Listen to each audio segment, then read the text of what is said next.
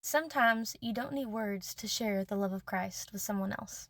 So yesterday I teach co-teach classes, and so my co-teacher was not there and we had a sub for her. And this lady is the sweetest person in the world. Like, she honestly made my whole day. She was just a light.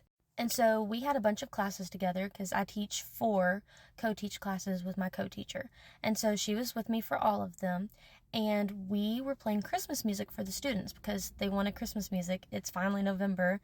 You can come at me if you want, but I celebrate Christmas and then take a little break for Thanksgiving and then I celebrate Christmas again. So we were playing this Christmas music and I did not realize that it was having an impact on anybody really. I was just jamming out while I was helping my students. And I don't want to go into too many details because I don't feel like that's my place, but I do want to share what she said. So she said I had done something with that Christmas music that I did not know I did. And so I asked her what. And she explained in detail about a tragedy that our family had experienced about 2 years ago.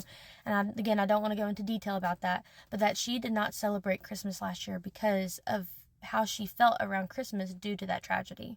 And I'm sure a lot of people can relate to that, myself included, because when my grandmother passed away a couple years ago, it was around Christmas time. And so I understand not having that loved one there, it just ruins it for that year, it feels like. And for a lot of people, it runs it for years and years and years. And I was that person for a bit.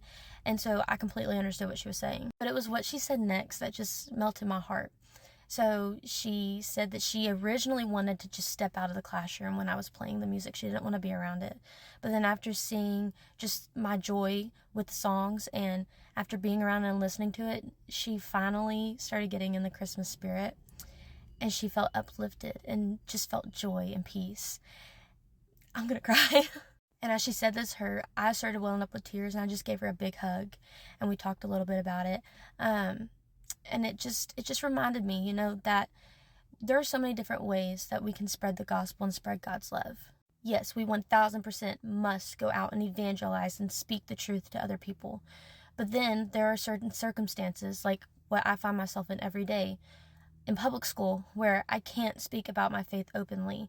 Only in certain contexts can I even mention it.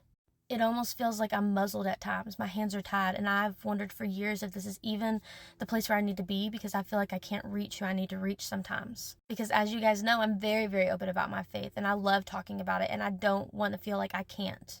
That's my favorite thing to talk about. But this just gave me hope that even when you feel like you're muzzled, there are other ways to share God's love, and through our actions is one.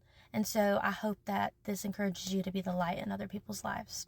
Hope you have a great rest of your day. God bless.